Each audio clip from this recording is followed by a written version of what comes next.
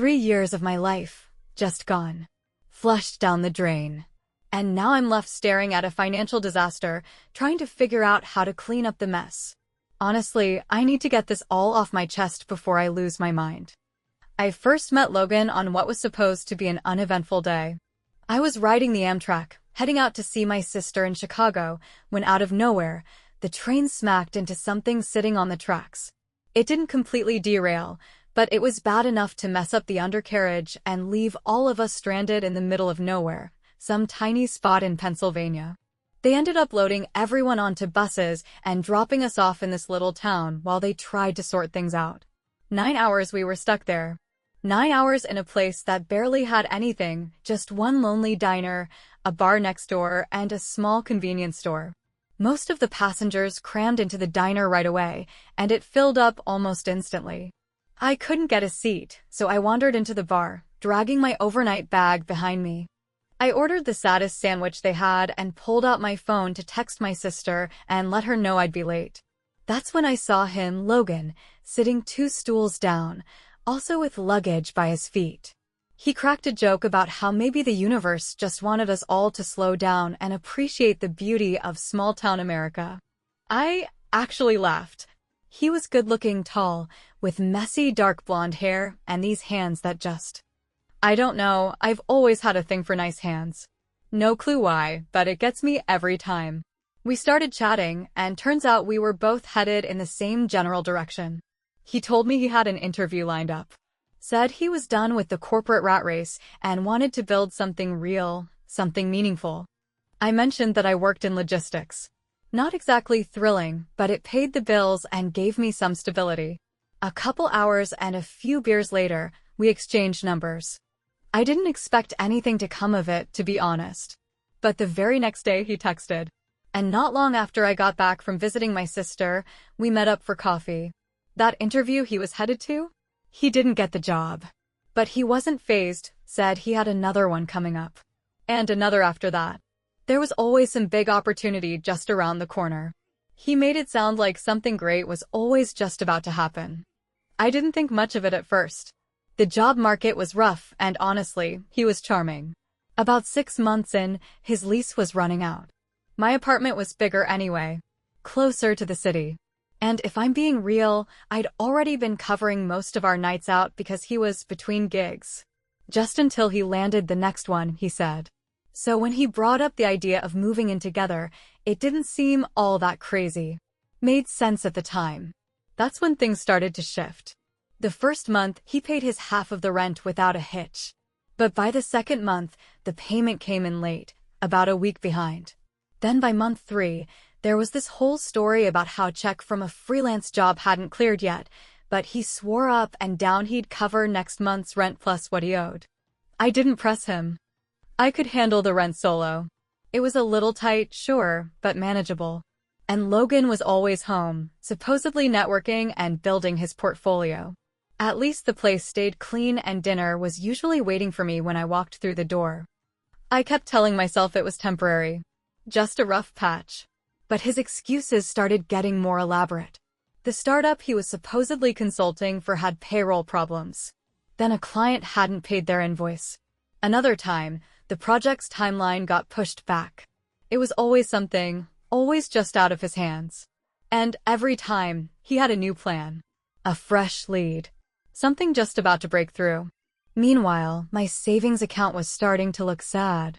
I had to pick up extra shifts. Started working weekends and inventory just to stay afloat. Logan would rub my shoulders when I came home beat, tell me how amazing I was. Swore he'd repay me tenfold when his career finally took off. My friend Nina was the first to say something. We were having coffee, and I mentioned skipping a concert because I was strapped for cash. She gave me this look and asked how long I planned to keep financing Logan's life. I got defensive. Told her we were a team. That relationships have rough patches. That he'd do the same for me if things were reversed. But her words stuck with me. I started noticing things. Like how often he'd use my credit card for small purchases without checking with me first. How my grocery bill had basically doubled since he moved in, yet somehow the fridge always felt empty. He always seemed to have enough cash for a new video game or drinks with the guys, but when it came to splitting bills, he suddenly had nothing. One time, I casually brought up marriage, just in passing, after my cousin got engaged. His reaction? Like I'd suggested we set ourselves on fire. Said marriage was a huge step. Serious business. Claimed we were doing just fine as we were. No need to rush. So I dropped it. I probably shouldn't have. Then, weirdly enough, things got better for a bit. Logan started going out more. Said he was meeting with clients, hitting networking events, reconnecting with old contacts. He had this energy, this buzz. Said everything was finally falling into place. And I wanted to believe him. That Friday, my friend Tessa texted me about grabbing dinner with her and her boyfriend.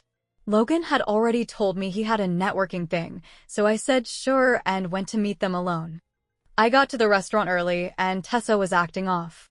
She kept checking her phone and shooting me these odd, almost pitying glances.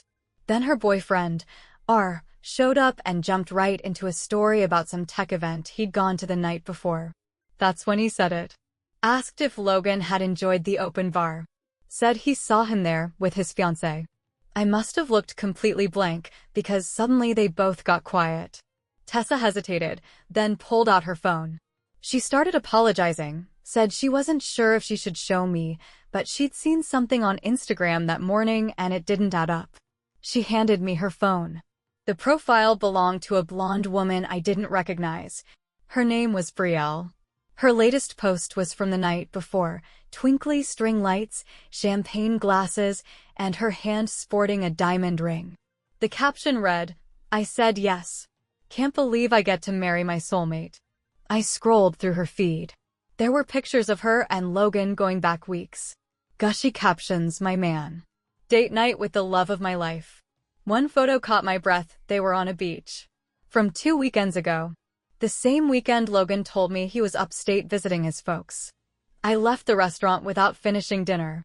Told Tessa and Liam I'd call them later. Went straight home and opened our shared credit card account. My heart dropped. There were charges for restaurants I'd never even heard of. A downtown hotel stay from 3 weeks ago. And a jewelry store, last week, $3, $800. That's when it really hit me. He bought her engagement ring with my money. I just sat by the window in our apartment, scrolling through every painful detail until the sun went down. Around 9, I heard his key in the door. He walked in like nothing had happened, kicked off his shoes, headed straight for the fridge. Grabbed a beer. Another thing I'd paid for. I asked him where he'd been. He said he'd been out networking. Said things were finally turning around. I looked him dead in the eye and asked if he'd gotten engaged lately. You should have seen his expression. First shock, then this smug little smirk, like he was actually impressed I'd figured it out. When I asked if it was the blonde girl from the pictures, he just shrugged. Said, "Can we not do this right now? I don't owe you anything." My whole body was shaking. You spent my money. You lived in my home. And you proposed to someone else? I screamed it at him, loud enough that the neighbors probably heard. And that's when he said it. The thing that keeps replaying in my head, the part one can't shake no matter how much I try, was when he rolled his eyes. Took a long swig of that beer I paid for and said, "Seriously? You really thought I was gonna give you a ring? You're the kind of woman guys settle for when everything else falls through." I didn't settle, he added. I don't remember deciding to hit him. My brain must have short-circuited, because the next thing I knew, my fist landed square on his chest. Hard. Caught him off guard and sent him stumbling back, beer splashing down the front of his shirt. Before he could get his balance, I slapped him. Right across the face. Left a solid red print on his cheek. I told him to get the hell out. Pack up and leave. He tried arguing, of course. Said I was being dramatic. Overreacting.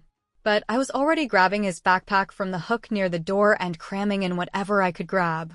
His charger from the kitchen counter. A few t-shirts from the laundry pile I'd just folded. I tossed it at him and said if he wasn't gone in 5 minutes, I'd call up his shiny new fiancée and tell her everything. That finally lit a fire under him.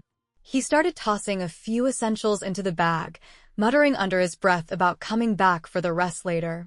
I told him to take that up with the landlord, because I sure as hell wasn't letting him back in.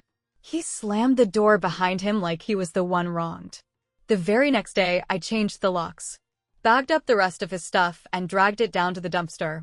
Blocked his number, his email, every social media account he had. Wiped him off my digital map. But the hell he left behind didn't go away that easy.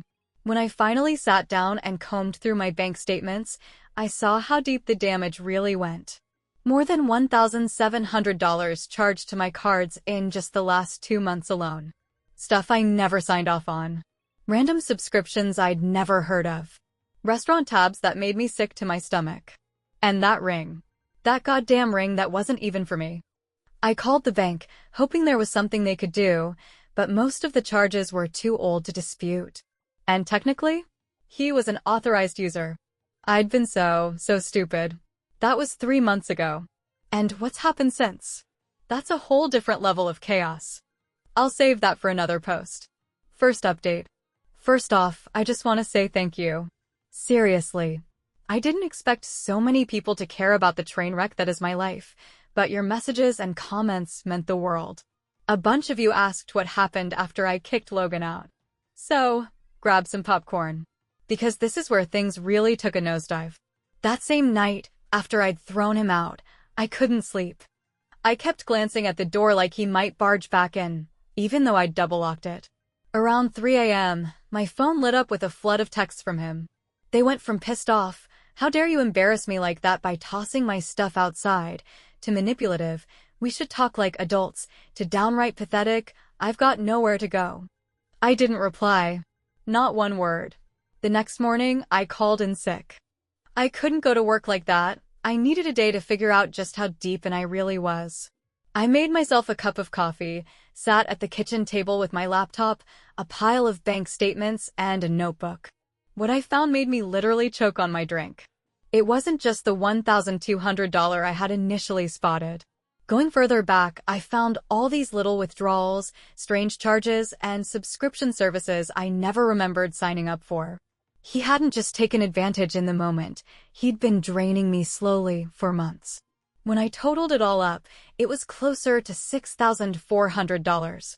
That's $5,400. On top of the rent I'd been covering. On top of groceries. On top of utilities. On top of everything. I called the credit card company again, this time with a spreadsheet. The rep on the line was sympathetic, but firm. Most of the charges were past the dispute window, and Logan had technically been authorized. The most they could do was remove him from the account and flag any new charges going forward. They suggested filing a police report if I wanted to push it. I thought about it. Really, I did. But the idea of dragging this out, of seeing Logan again in court, having to argue that he used me and my money while the paperwork technically gave him access, it was exhausting just to imagine. I decided I'd rather take the loss and try to rebuild. That afternoon, I called a locksmith. Cost me $190 I didn't have to spare, but the idea of Logan still having a key? That was a bigger cost to my sanity. While the guy worked on the locks, I started shoving the last of Logan's stuff into garbage bags. His clothes. His half-empty tub of protein powder that had taken up space in the kitchen cabinet for way too long. I sent him one final text. "Your stuff is by the dumpster. You've got 24 hours. After that, it's going to Goodwill." He showed up while I was dragging the last bag out. Because of course he did. Perfect Logan timing. He looked rough, unshaven, wearing the same clothes from the night before. For half a second, I wondered where he slept. Then I reminded myself that wasn't my problem anymore. He tried to talk. Told me there were things I didn't understand. Said Brielle wasn't who I thought she was. That he'd been planning to break it off with her. I didn't say a word. Just kept walking past him, dragging that bag like it weighed nothing. Then he grabbed my arm. Tried to stop me. I yanked away so fast and hard, I scraped my elbow against the brick wall. I spun around and told him if he touched me again, I'd call the cops. That finally shut him up. But I could still feel him staring at me as I walked back inside. 20 minutes later, the locksmith handed me my new keys. For the first time in weeks, I felt like I could actually breathe again in my own apartment. The next week at work was a total blur. I was exhausted. Every time my phone buzzed, I jumped like it was a bomb. I was making stupid mistakes, and my supervisor noticed. By Friday, I'd managed to catch up on the work I'd messed up. But I was barely holding it together. My friend Nina invited me out for drinks that night, said I needed to come back to the land of the living. I told her I was too tired, but the truth? I couldn't afford it. Then Monday rolled around, and I got called into my manager's office. I figured it was about the inventory report I'd messed up the week before. Nope. It was worse. Way worse. They were restructuring. My role was being eliminated. Just like that. 2 weeks' notice and a severance package so small it wouldn't even cover my next rent check. I didn't cry in front of them. I nodded, signed the papers, walked back to my desk like everything was normal. Then I locked myself in the bathroom and had a silent, full-body panic attack for a good 20 minutes. That night, I called my mom. We're not super close. She lives down in Florida with her second husband. We talk maybe once a month, usually just quick check-ins. But I needed to hear someone say it was going to be okay. She was kind, I'll give her that, but not exactly helpful. Said I should never have let Logan move in without locking it down first. Asked if I'd thought about moving back home until I got back on my feet. What was I supposed to say? That I couldn't picture moving back into her place, sleeping on a pull-out couch, listening to my stepdad's nightly political rants? Hard pass. So, I stayed. Spent my 2 weeks scrambling, applying to every job I could find. I sent out 73 applications.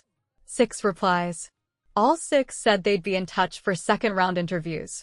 None of them followed up. My inbox started filling with rejection emails by the time I cleaned out my desk. That first week of unemployment, I still had some sort of routine. Wake up. Apply to jobs. Eat the cheapest lunch I could come up with. Apply to more jobs. Go for walks to avoid using heat. Eat dinner. Watch free YouTube. Sleep. Repeat. By the second week, my bank account was down to 3 digits. I canceled Netflix. Took cold showers. Ate mostly ramen and eggs. I called the electric company, trying to work something out, anything really. Ended up arranging a payment plan. Then I got on the phone with my landlord, promised him rent would be a few days late. He wasn't thrilled, but said he'd wait until the 15th before slapping on a late fee. Well, the 15th came and went. Still nothing. I sold my nice watch on eBay. Posted a bunch of clothes on Poshmark. Listed my TV on Facebook Marketplace too, but all I got were insulting lowball offers that barely covered bus fare. Then, right in the middle of everything, my phone buzzed. A number I didn't recognize. It was Logan. Guess he either got a new phone or was using someone else's. He said he needed to talk. Claimed Brielle had found out about me, about us, and dumped him. Said he was sorry and just wanted to explain. I blocked that number too. But the damage was done. Not because I gave a damn about his problems, I didn't, but because it shook me. Made me realize how badly I'd failed at seeing people for who they really were. I let that man into my home, into my life, into my finances. Gave him trust he never earned. And in the end, he treated me like a placeholder. A soft place to land while he waited for something better. By the end of the month, I was in full-blown survival mode. My landlord started leaving voicemails about the unpaid rent. The electric company finally pulled the plug. My power was out for 2 full days before I scraped together just enough to get it turned back on. For 3 straight days, I lived off plain rice. That's all I had in the cupboard. Nothing else. Eventually, I caved. Swallowed my pride and applied for temporary assistance. The process was miserable. I sat in this packed government office for hours, filling out form after form, explaining every corner of my financial mess.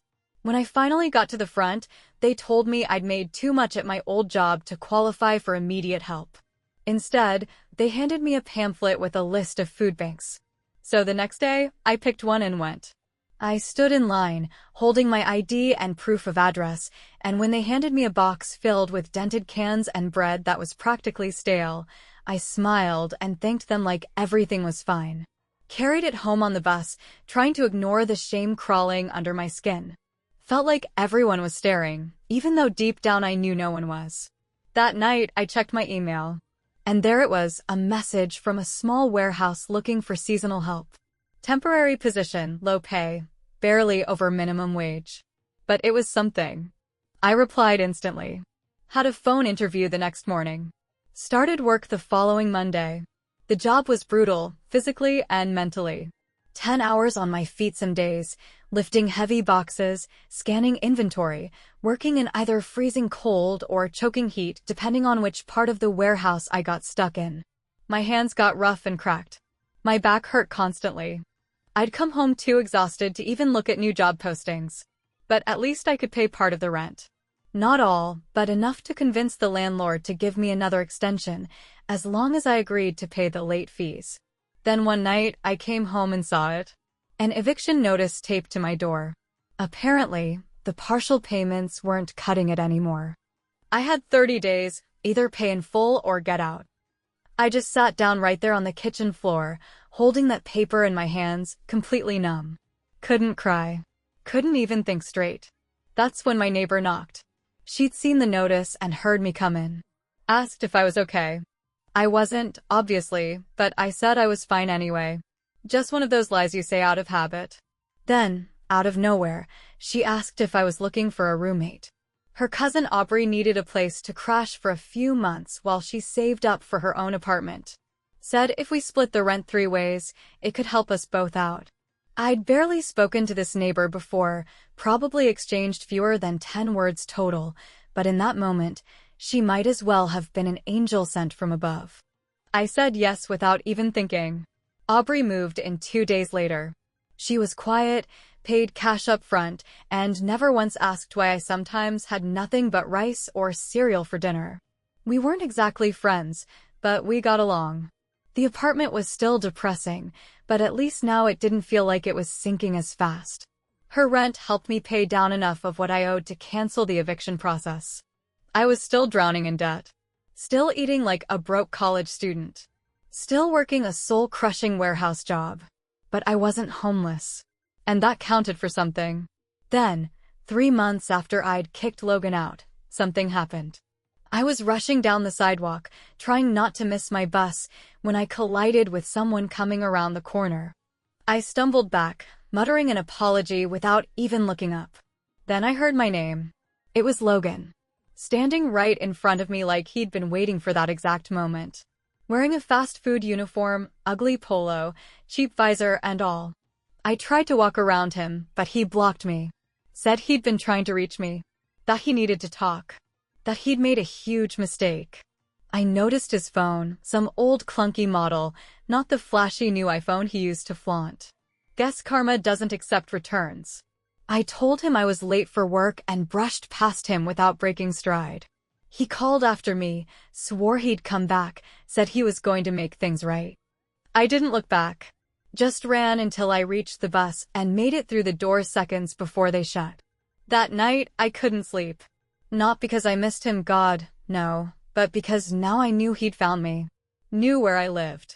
And I was terrified he might come back. I dragged a chair under my bedroom doorknob, even though I knew it wouldn't stop anything. It made me feel a little safer. That was all I had. The next morning, I opened my mailbox and there it was. No postage. Just a folded envelope with my name scrawled across the front in Logan's handwriting. I didn't even open it.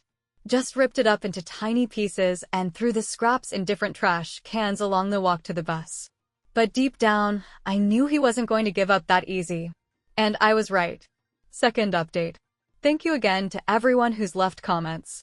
Honestly, reading your messages while riding the bus has become one of the few good parts of my day. Some of you asked what happened next after Logan popped up again. So here's where it gets creepy. After I tore up that letter, I thought maybe he'd finally take the hint. Leave me alone. Move on. But no, not Logan.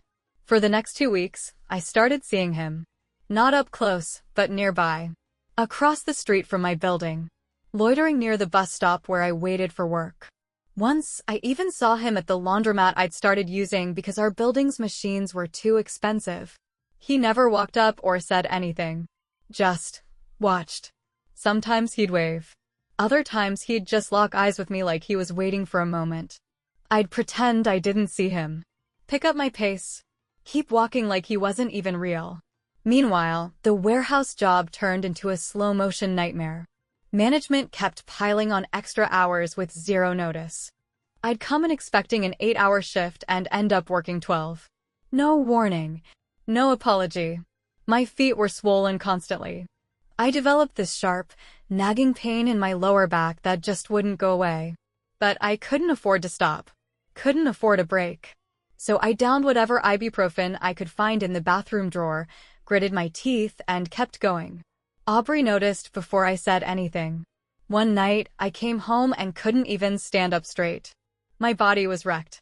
She was stirring some kind of soup on the stove, and without saying a word, she offered me a bowl. It was the first real, home-cooked meal I'd had in weeks that wasn't rice or instant noodles. We ended up sitting at the kitchen table, and for the first time since she moved in, we actually talked. Turns out Aubrey had her own Logan-type situation. Different guy, different story, but the same flavor of lies and manipulation. It was strangely comforting to know I wasn't the only one who'd fallen for the wrong person. After that, we started having dinner together when our schedules lined up. Nothing fancy, just whatever we could throw together from our sad excuse for a pantry and whatever was marked down at the grocery store. But it helped. Gave me something to look forward to. Then one morning in late November, I woke up feeling like I'd been hit by a semi. My throat felt like it was lined with sandpaper, my head was splitting, and just sitting up made my whole body ache. I could barely move. I called work, trying to explain through a voice that barely worked.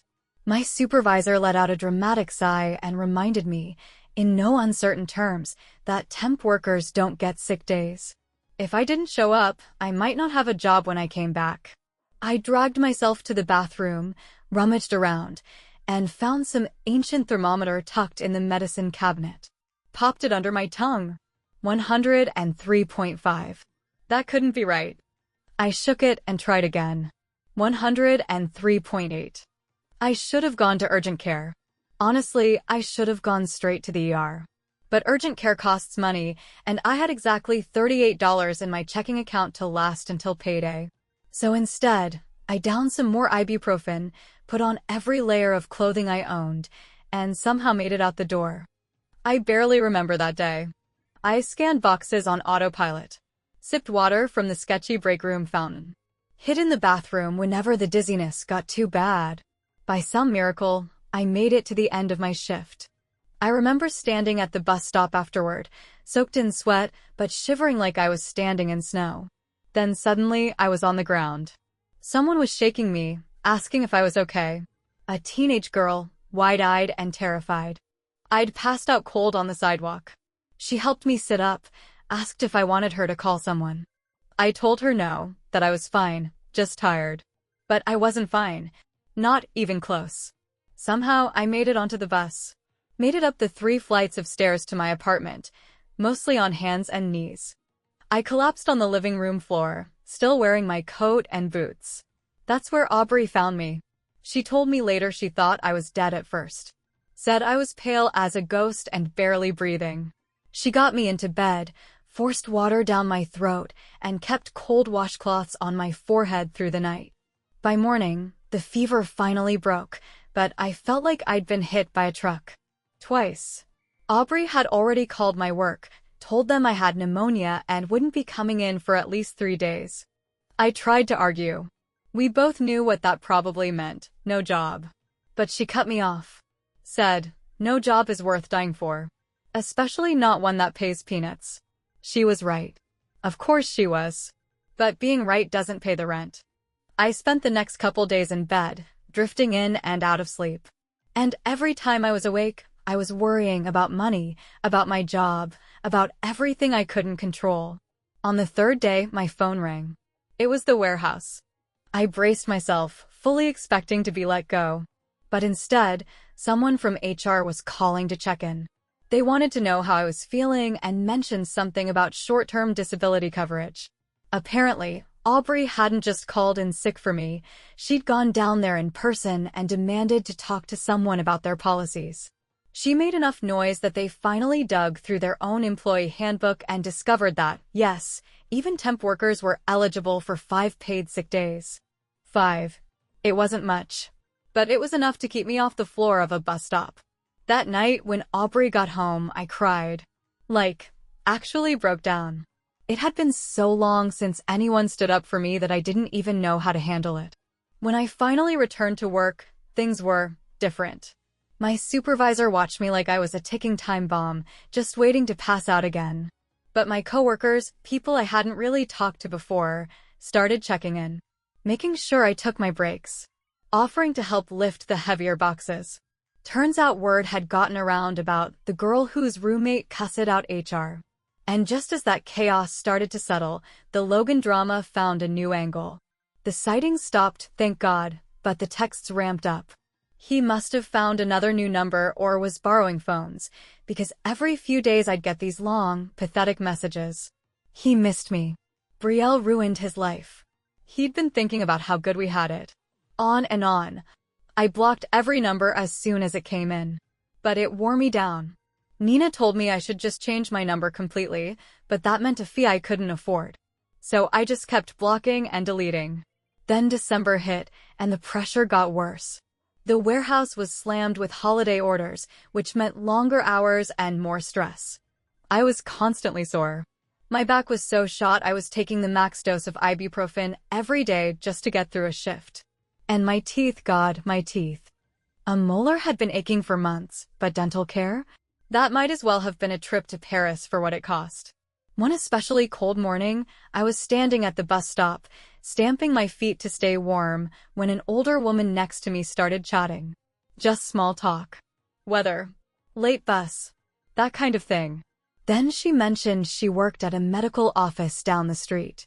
I nodded politely, not really listening until she casually said their warehouse area was a disaster and needed reorganizing. Something in me lit up. I must have looked desperate because I immediately asked if they were hiring. She blinked like I'd surprised her, but gave me the name of the office manager and said I should drop off a resume. I thanked her, not expecting anything to come of it. Random bus stop conversations don't usually lead to jobs. But I was desperate enough to try anything. That evening, I dusted off my sad little resume, updated it the best I could, and printed out a copy at the library. Next day, during my lunch break, I took a detour and walked into the medical office. Asked the receptionist for the manager by name. I figured I'd be told to apply online or leave my resume in a stack. But instead, I was ushered into a small office where a tired-looking woman was eating a sandwich at her desk. She glanced at my resume, asked a few quick questions about my logistics background, and then asked how soon I could start. The position wasn't full-time, just 20 hours a week to start. I'd be organizing medical inventory and handling supply deliveries. But it paid $5 more an hour than the warehouse, the schedule was flexible, and it actually used my skills instead of just my body. I said yes before she finished the sentence. For the next few weeks, I worked both jobs. Mornings at the medical office. Evenings at the warehouse. It was brutal, no question about it. But for the first time in what felt like forever, I was able to actually pay my bills on time. I'd come home barely able to keep my eyes open. Aubrey, bless her heart, had started cooking for both of us after seeing how much my health had taken a hit. I'd eat whatever she made, thank her with a tired smile, and collapse straight into bed. By mid-January, I'd managed to save up just enough to finally quit the warehouse job. On my last day, I didn't feel a hint of sadness. Just pure, unfiltered relief as I handed in my badge. My supervisor looked genuinely shocked. Like they thought I'd just keep grinding myself into dust forever. One of the other girls I worked with gave me a quick side hug and said she was proud I got out. The medical office wasn't glamorous by any means, but it was steady. And once I'd shown I was reliable, the manager started giving me more hours. By February, I was up to 35 hours a week. They even cleared out a little space in the back for me, a dusty old desk with an ancient computer where I could track inventory and supplies. Getting a consistent paycheck again meant I could finally start chipping away at the mountain of debt Logan left behind. $20 here, 50 there. It wasn't much, but watching those balances slowly shrink gave me something I hadn't felt in months, a sense of control. Aubrey and I found our groove. We weren't best friends, but we got along. There was this quiet respect between us. She started dating a new guy, a soft-spoken type, and sometimes he'd join us for dinner. It felt good having another human around. One who didn't wear Logan's shadow. Things weren't perfect, but they were improving. My back still ached, and my tooth still throbbed some days, but I was getting by. Step by step. Then Valentine's Day rolled around. I'd been ignoring all the red and pink nonsense in stores, blocking out the commercials and heart-shaped sales. Aubrey and her boyfriend had dinner plans, so I was planning a real party, frozen pizza, and something mindless on Netflix. I was halfway through my sad little pizza when there was a knock on the door. But it wasn't a casual knock. It was a loud, desperate kind of pounding, the kind that makes your stomach drop. I froze, slice halfway to my mouth. It had to be Logan. No one else would show up like that. I crept to the door and peeked through the peephole. And yep, there he was. Logan. Standing there like a damn rom-com cliché with a bouquet of grocery store roses and a tiny box in his hand. I backed away from the door, holding my breath and praying he'd think I wasn't home. But he knocked again, called my name. Said he knew I was there, he could see the light under the door. Said he just wanted to talk. To explain. To fix things. I didn't move. Didn't make a sound. Just stood there with my heart pounding in my throat. After a minute, I heard him sigh. Then something hit the floor outside, probably the flowers. And after that, footsteps walking away. I waited a few more minutes, then cracked the door open just enough to peek. There they were. A sad little bouquet of wilted roses, a velvet box, and a card. I should have kicked it all down the hall and locked the door behind me.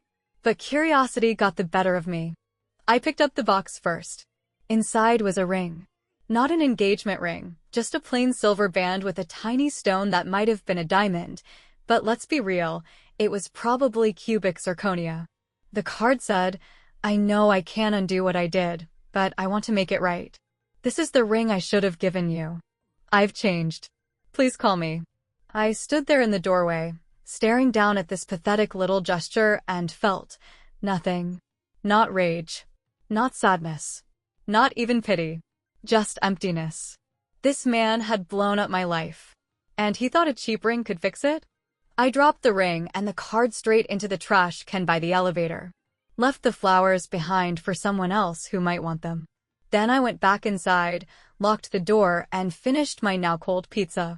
The next morning, I woke up to a new text from, of course, an unknown number. It was Logan, asking if I got his gift. I didn't even block that one. I just replied with 2 words, "Move on." Then I blocked it. February turned into March, and things kept moving forward. The medical office kept adding hours and responsibilities to my plate. I paid off one of my smaller credit cards completely. Aubrey and I repainted the living room one lazy Sunday, covered up that awful rental beige with a soft gray that made the space feel fresh and almost new.